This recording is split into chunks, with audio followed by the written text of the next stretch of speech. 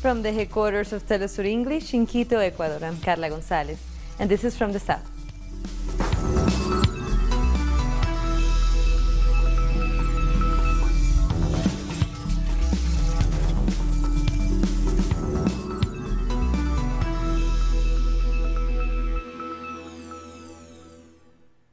Venezuela's foreign minister says a group of thieves broke into the Venezuelan embassy in Costa Rica. Jorge Arreaza denounced the incident via Twitter. He called on Costa Rica's government to follow diplomatic protocols and assure the safety of Venezuelan officials. This comes after Maria Faria, illegally appointed ambassador by self-appointed opposition lawmaker Juan Guaidó, tweeted this image. It includes a statement that says, "In the fulfillment of diplomatic functions, we have taken control of the administrative headquarters of the Venezuelan Embassy in San Jose." In other news, Venezuelan authorities have condemned an arson attack in the Orinoco petroleum belt. Oil Minister Manuel Quevedo says it was an attempt to destabilize the country. This station guarantees the exports of Venezuelan oil. With these sales, Venezuela buys food, medicines. This is an attack against our people. They want to create a situation in which FtS has no profits. Since early in the morning, all workers have helped to extinguish the fire. We are already working very quickly to fix this. We thanked the workers. The Venezuelan right wing has no political proposals, so it's trying to use violence, guided by the U.S. Meanwhile, the NGO Doctors of the World has warned against the geopolitical use of humanitarian aid. In a statement, the organization made a call for dialogue in Venezuela to promote peace amid what the organization describes as a complex situation. And people in Venezuela continue to reject foreign aggressions with the Hands Off Venezuela campaign. A group of citizens gathered in Caracas in Plaza Bolívar to sign for peace in Venezuela. They say they are raising their voices against the U.S. intervention attempts. Colombian President Iván Duque is continuing his attempts to destabilize Venezuela by leaving the door open for U.S. troops to use Colombian bases. We have more in this report. President Iván Duque hasn't denied the possibility of allowing the deployment of U.S. troops in Colombia should the U.S. choose to invade Venezuela. I think the country and the international community has to be clear. The Colombian president is supporting a U.S. military intervention in Venezuela, and he's willing to facilitate that. He's accountable to the people, and they don't have to stand for him, prioritizing his own interests over the Constitution. According to the secretary of the Colombian Communist Party, the government is unaware of the history that binds the two nations and their tradition of resolving conflict through dialogue. What they're doing is a provocation. The government wants to host a concert in support of humanitarian intervention. We want to send a message to the artists considering performing. You should not support coup d'etat imposed by foreign country. There shouldn't be concerts in the name of U.S. imperialism in our country. A debate on Venezuela is due to take place in Congress in the next few days. They are going to demand that the Foreign Affairs Minister confirms whether there are military planes on our bases. All this at a time when Colombia is facing its own issues, such as the killings of social leaders. We think the serious cases such as the killing of social leaders and human rights defenders that have claimed more than 480 lives are more important things for the president to worry about than the political situation of a foreign country. At the debate in Congress, the government is expected to justify its foreign policy in Venezuela. The stage is being set in Jamaica for a repurchase of Venezuela's 49% stake in the Petrojam oil refinery. The House has approved a bill for the compulsory acquisition of the shares. However, Jamaica's Prime Minister says negotiations for the repurchase have not yet achieved the desired outcome. Prime Minister Andrew Holness made the announcement in Parliament as he opened the debate on the bill. Holness says so far no settlement price has been agreed upon with PDVSA and the government of President Nicolás Maduro. And to shed light on this latest Petrojam development, we're now joined live by international reporter Dexton McKenzie from CMV television channel in Kingston. Hello, Dexton. Thank you for joining us. Hey, how are you doing? So good. So can you tell us exactly what Prime Minister Holness had to say about these negotiations? Well, basically what he's saying is that the time is up for negotiations on Venezuela's 49% share in the oil refinery.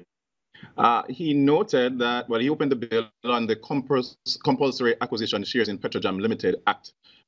He was saying that subsequently that the bill was passed, and Prime Minister said that he would not offer to give Nicolas Maduro administration until it reaches the floor of the Senate for final approval, okay? So, which could be as early as Friday. So we would want to hear from the administration, the Nicolas Maduro administration, by the time it goes to Senate. The 49% shares, they were having discussions about it for over 18 months. And what he's saying now, the time is up.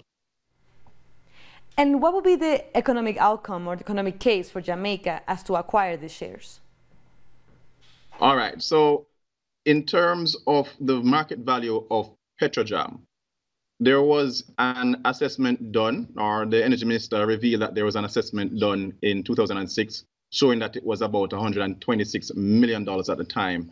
At that time, we had signed an agreement with PDV Caribe for the upgrading of the facility.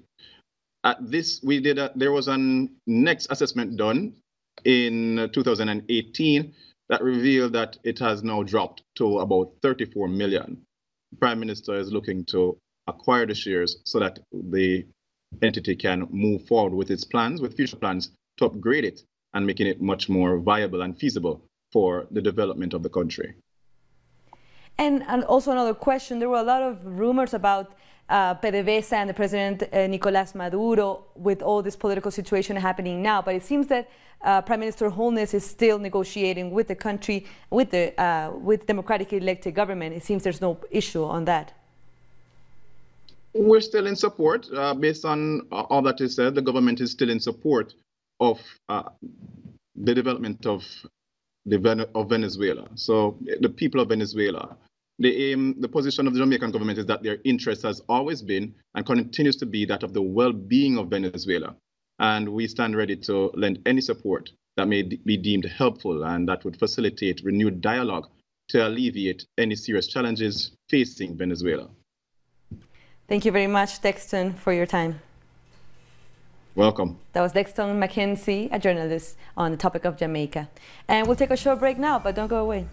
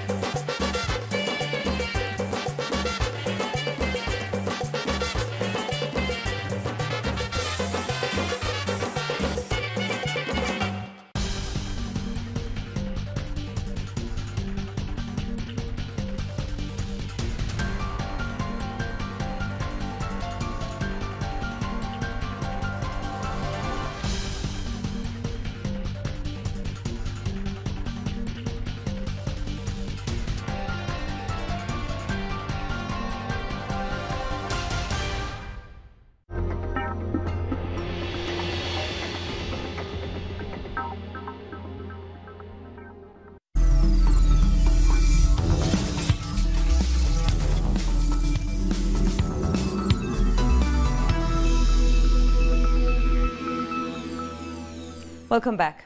Hundreds of women in Argentina have gathered outside Congress to protest for abortion rights. Wearing their emblematic green handkerchiefs, women urge politicians to promote new legislation to legalize abortion. At least 350,000 clandestine abortions are performed in Argentina every year. This number could be higher, according to different organizations. Whether illegal or legal, girls abort the same. Then we need a legalization. We need a containment on the part of the state because it really is a reality, and we are dying. They are killing us, and the state is responsible for all the deaths by unsafe abortion. And unfortunately, we have to be here because we are not taken into account. We are still here, fighting and resisting, because within that Congress there are people who don't know anything about what women go through in the most humble neighborhoods, because there is another way to access abortion, but it does not have to be done like that. Abortion has to be legal at the hospitals, so that no woman dies because of illegal and unsafe abortion in very poor conditions. A new investigation has revealed that relatives of the Ecuadorian president, Lenín Moreno, are linked to offshore companies and accuses them of using accounts to pay for furniture in Moreno's apartment in Switzerland. Our correspondent in Quito has the details. Investment Corporation is an offshore company linked to Javier Macías Carmiñani, his wife, María Auxiliadora Patiño, and Moreno's relatives. Between 2012 and 2016, the offshore company purchased several items of furniture that were sent to an apartment in Geneva, Switzerland, while President Moreno was Ecuador's special delegate on disability issues to the United Nations. In the light of these events, former President Rafael Correa described Moreno via Twitter as a corrupt, and that he will prove Moreno's secret accounts. Also, former Foreign Minister Ricardo Patiño stressed Moreno has spread fake news to distract citizens' attention. We are asking the Controller's Office to investigate the accounts of these people. They must immediately make it to the UAFE, to this special unit, to review on the asset abroad and to investigate the movements of these accounts. The Prosecutor's Office should not wait, and they have to investigate as soon as possible. Moreno confirmed he received the furniture in his apartment in Geneva in 2015 after the first investigation was published. It described the route of the pieces of the furniture purchased. This new investigation also revealed that the offshore company made 2 more bank transfers for the purchase of the apartment in the Mediterranean coast in 2016, where one of Moreno's daughters currently lives. We'll meet with the bloc and we'll ask the President of the National Assembly in unequivocal terms to call for a special session of the full Assembly. Lenín Moreno must appear before them and tell them the truth. Citizens and members of different social movements gathered outside the government palace with banners and slogans asking for Moreno's resignation. The Ecuadorian people cannot let the country be sold to neoliberalism and privatizations. Our homeland is not for sale. We have to defend it. The government has denied these allegations. Meanwhile, President Moreno is launching the creation of an international commission against corruption. Denise Herrera, Telesur, Ecuador. Tens of thousands of Brazilian workers and activists took to the streets of Sao Paulo against President Jair Bolsonaro's pension reform plan. Our correspondent Brian Meir is on the ground. Let's hear from him.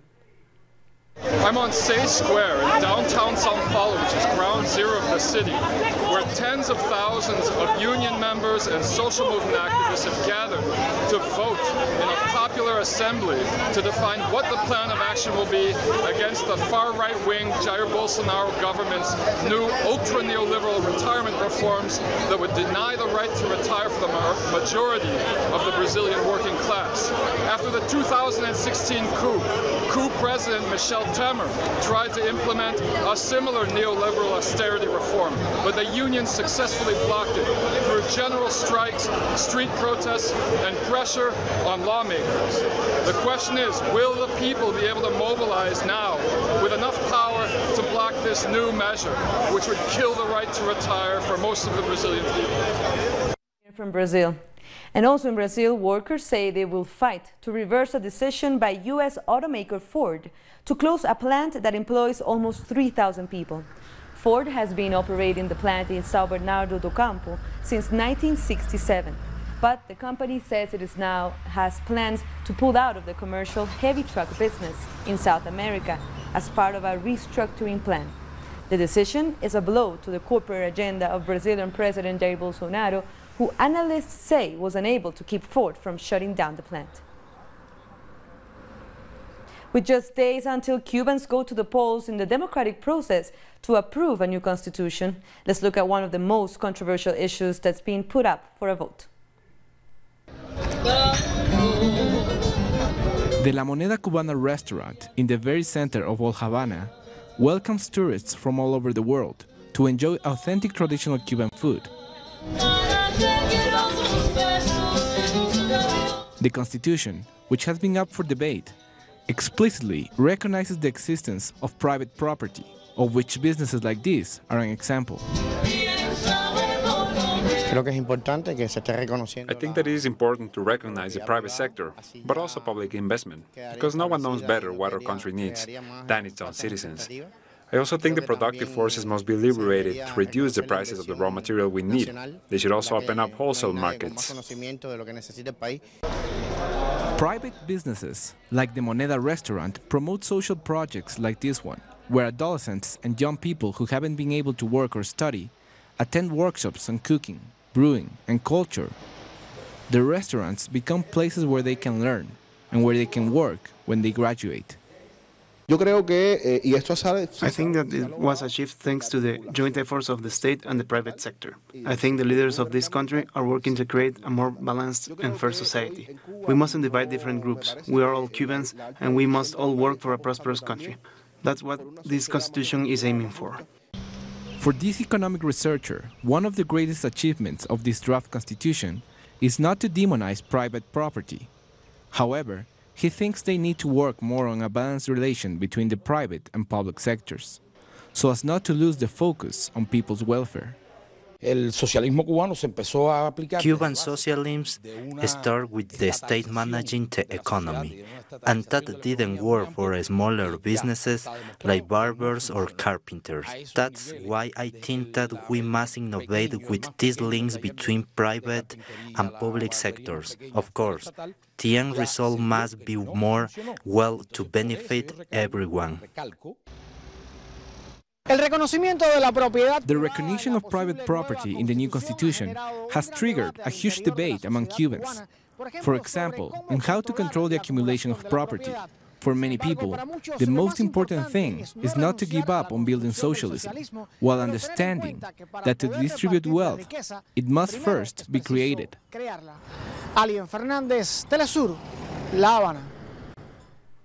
For more on the referendum in Cuba, we are joined live by our correspondent, Luis Atuye. Hello, Luis. How are Cubans preparing? Yo hablo más la voz.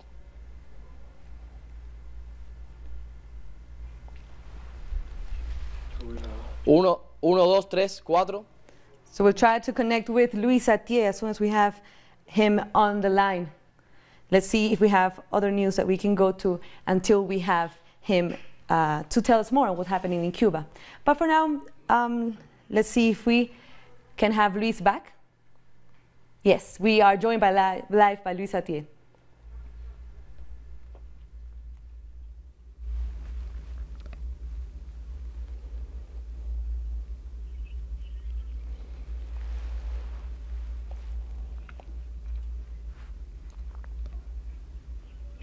Sí, ¿me escuchas? Este es el tono de voz que voy a estar utilizando en la... So we go for a break now until we can get Luis back. We'll be back.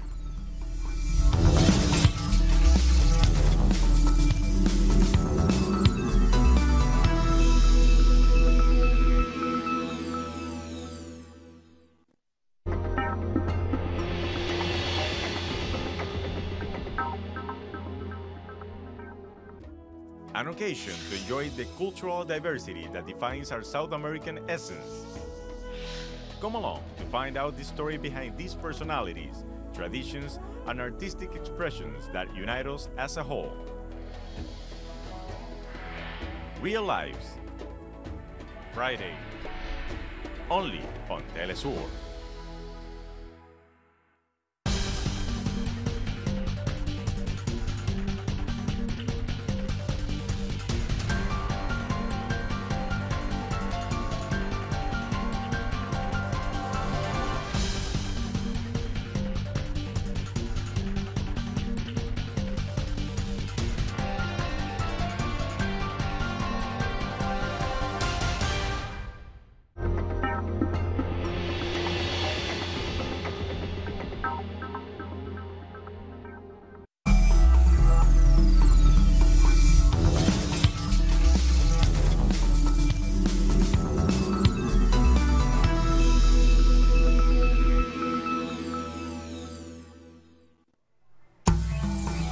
Welcome back.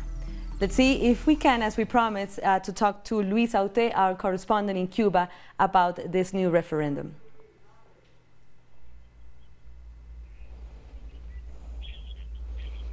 Yes, good evening. Indeed, we are 4 days away of the constitutional referendum here in Cuba, and today the electoral authorities of all the provinces will have to give a part to the electoral authorities here of the Electoral Commission, the national one, to inform about the problems they found in the last dynamic test that took place the last Sunday. Also, tomorrow, those electoral authorities of all the provinces will have teleconference with the headquarters here in Havana to show the measures they took to improve and to solve those problems.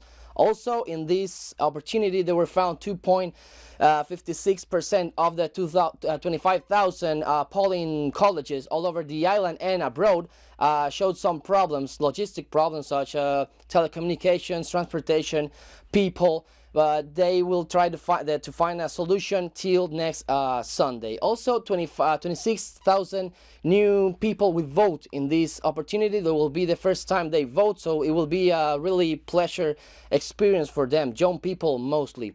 Yesterday, in a press conference, the International Affairs Committee said that in response to the Donald Trump's words about that there's no democracy in Cuba, our chancellor answered to him saying that this exercise of the referendum is a genuine exercise of democracy, because we have to remember that the draft of this constitution were put in consideration of the population for 3 months on the streets, on the neighborhoods, on the working centers, so that it's a real democracy exercise. This is pretty much what we have right now about the constitutional referendum here.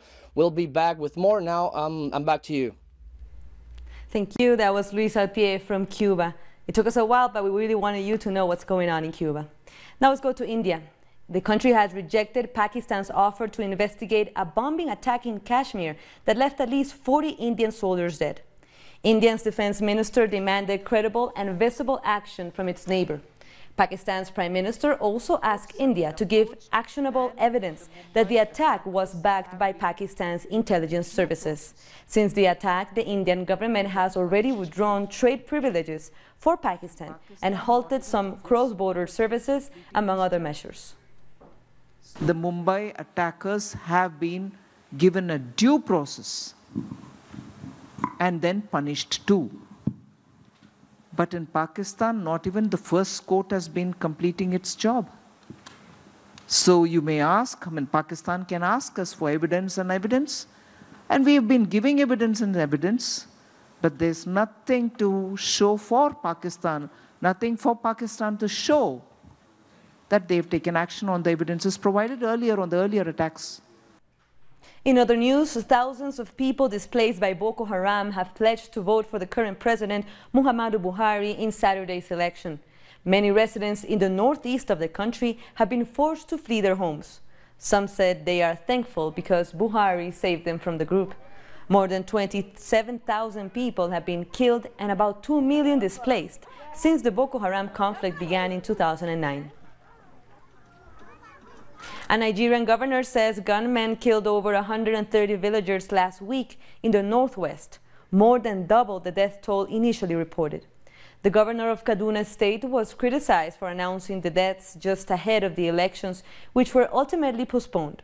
The bodies were found in 8 villages in an area known for ethnic and religious tensions. And now, what we are hearing, the last report we got, is that over 130 people were killed, not even 66. The European Union has signed a sustainable partnership agreement with Morocco, but many are criticizing the deal, saying it also includes the territory of Western Sahara. Our South African correspondent Matuba Madlaji has the details. Western Sahara's determination is yet under scrutiny, and this is after the conclusion of a sustainable fisheries partnership agreement between European Union and the Kingdom of Morocco. So there are concerns now that the EU's trade agreements with Morocco may violate international law. It's in the way that they relate to Western Sahara. And we all know that the European Court of Justice ruled that trade agreements between the EU and Morocco have no legal basis to include the Western Sahara, which is a non-self-governing territory over which Morocco has no recognized sovereignty. The court also emphasized that trade agreements with Morocco, if they are to in any way bind Western Sahara, require obtaining the consent of its people. Then the EU hasn't been clear on the kind of consultations it conducted before this deal was sealed and signed. And now this is likely to be interpreted as theft by nations who support self-determination of West Sahara. Morocco has been at odds with allies over the West Sahara issue. Algeria and South Africa are among those countries that express their own views on how the matter should be dealt with. While tensions remain between Algeria and Morocco, South Africa has decided to restore diplomatic relations with the kingdom. But it remains to be seen now how the EU's so-called trade deal with the Kingdom of Morocco will be met with any resistance. It's back to you, studio. That was Matuba Matalaji from South Africa. With that, we come to the end of this news brief. But you can find these and many other stories from our website at telesurenglish.net. For our viewers in Africa, we are on Starsat channel 461 in South Africa and 539 in Nigeria. And we're on social media as well. For Telesur English, I'm Carla Gonzalez. Thank you for watching.